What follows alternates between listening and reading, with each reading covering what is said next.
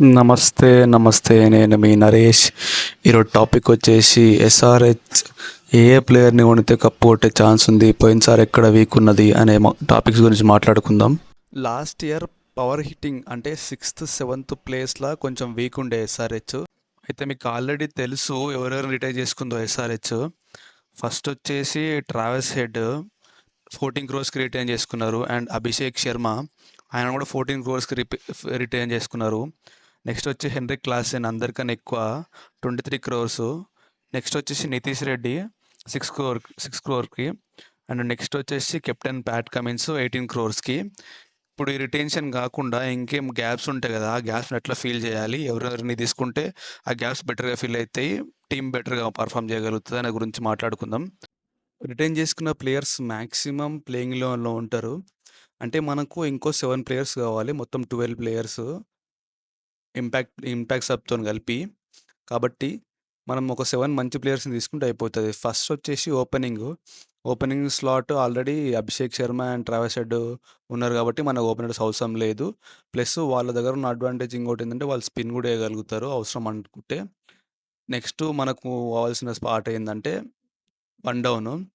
మన దగ్గర ఉన్న ఆప్షన్ ఏంది అంటే రాహుల్ త్రిపాఠి అండ్ వెంకటేష్ అయ్యర్. వెంకటేష్ అయ్యర్ ఏంటంటే లెఫ్ట్ హ్యాండరు.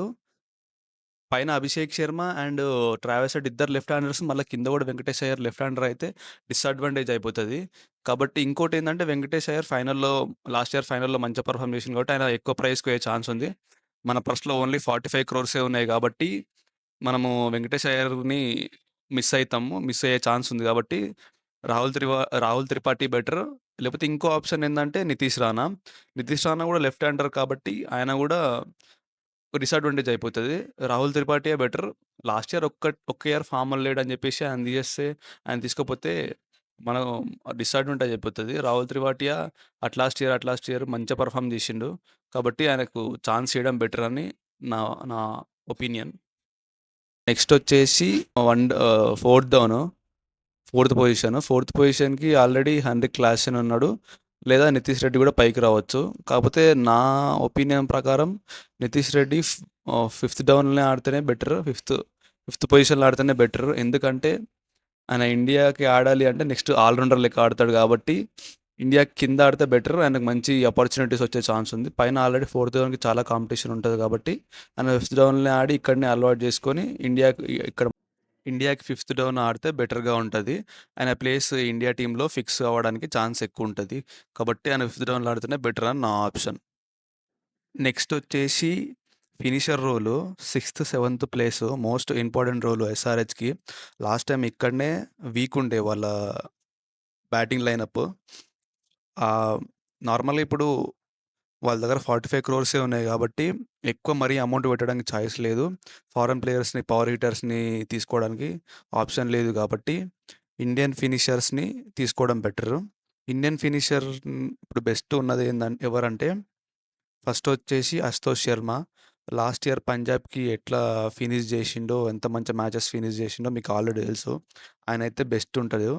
నెక్స్ట్ వచ్చేసి రికీ బూయి మొన్న జరిగిన ఇండియా వర్సెస్ ఇండియాయే సెంచరీ చేసిండు, మంచి ఫామ్లో ఉండు.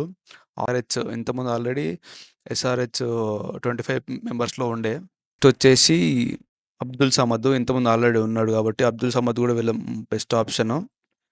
ఇంకోటి వచ్చేసి నెక్స్ట్ ఒకవేళ ఒక లెఫ్ట్ హ్యాండ్ స్పిన్నర్ ఉండి మంచిగా ఉంటే బెటర్ అని అనుకుంటున్నాం కాబట్టి స్పిన్నర్ కూడా ఉండాలి కాబట్టి స్పిన్నింగ్ ఆప్షన్ ఎవరంటే నితీష్ అని.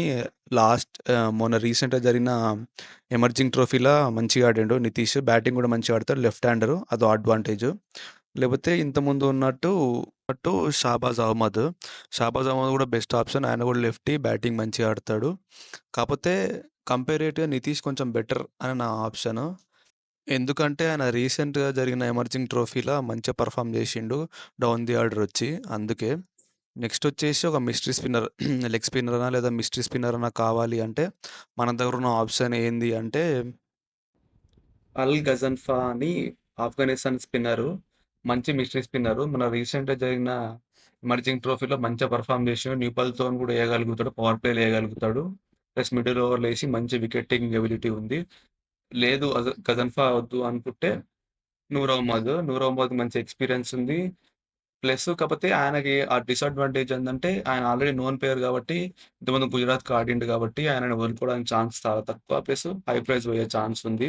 మిక్స్డ్ బిజినెస్ ముందే చాలా తక్కువ ఉంటారు గాబట్టి, ఈయన యంగ్‌స్టర్ ప్లస్ ఇంకా నోన్ ప్లేయర్ గాదు గాబట్టి, ఆయన తక్కువకొచ్చే తక్కువ ప్రైస్‌కొచ్చే ఛాన్స్ ఉంది కాబట్టి, ఈయన బెటరు.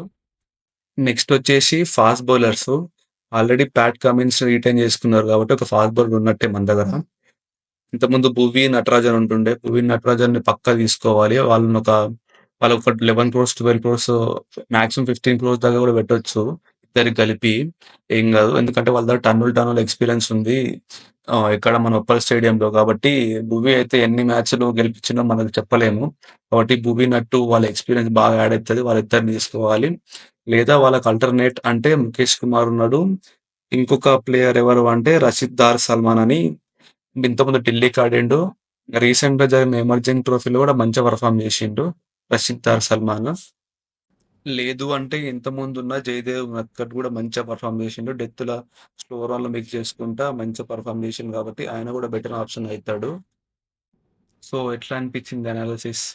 కామెంట్‌లో మీ బెస్ట్ ప్లేయింగ్ 11 కూడా పెట్టండి. ఇంకేమన్నా సజెషన్స్ ఇట్లా ఉంటే కింద కామెంట్ చేయండి. సబ్స్క్రైబ్ చేయడం మర్చిపోకండి.